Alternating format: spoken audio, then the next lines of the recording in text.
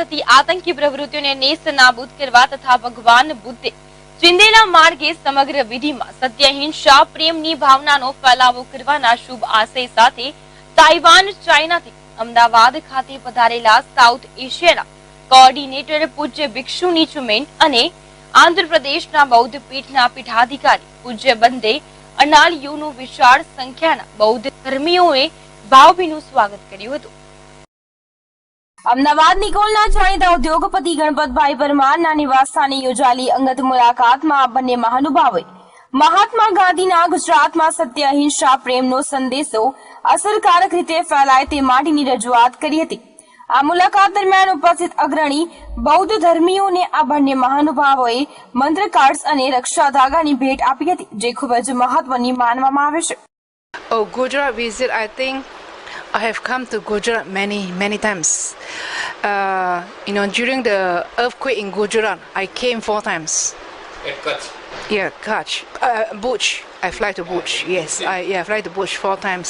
So it was from there that I got to know Muskech and the other, and we set up BIA, Buddha Light International Association chapters here. So that's how my relations with Kutch, with Gujarati, because of the earthquake. See, we must know the India situation, but for example, in our Chinese community in Taiwan, when Master first stepped into Taiwan, he has no disciple, he has no temple, but he just spread his teaching. And also he lead, because Taiwan also very poor, so he lead the people. We like to do chanting, we chant the name of the Buddha. Gujarat में Buddhas light international association का एक chapter है। यहाँ हमारा उपासक लोग हैं। उपासक लोगों को मिलने के लिए और ये पारुल यूनिवर्सिटी में ये भिक्षुनी का और मेरा का लेक्चर्स है, वो लेक्चर्स देने के लिए आए।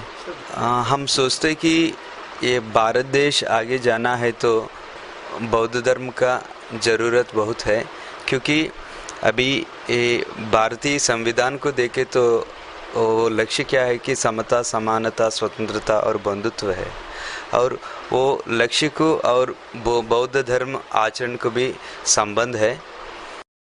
ભગવાન બુદ્ધના સત્ય, અહિંસા, પ્રેમનો સંદેશો આયોજનપૂર્વક અમલી બનાવવાના હેતુસર વડોદરા યુનિવર્સિટીમાં સુદૃઢ ભવિષ્ય માટે શું કરવું અને ભક્તિ ધર્મ ભાવનામાં કેવી રીતે આગળ વધવું તે વિશે સંબોધન કરનાર છે।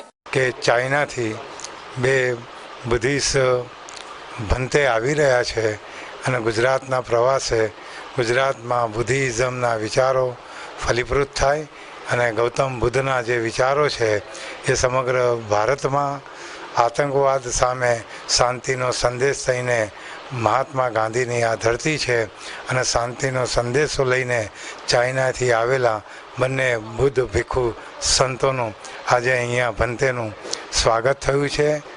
ભાઈ ગણપતભાઈને ખૂબ ખૂબ ધન્યવાદ।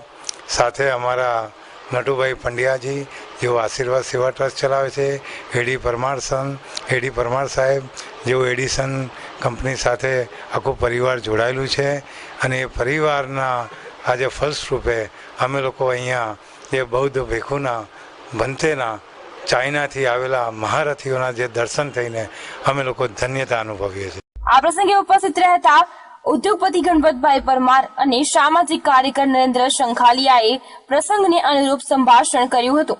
કેમેરામેન વિજય સિંહ ડોડ સાથે હીરાલાલ પરમાર, લાઈવ ગુજરાત ન્યૂઝ।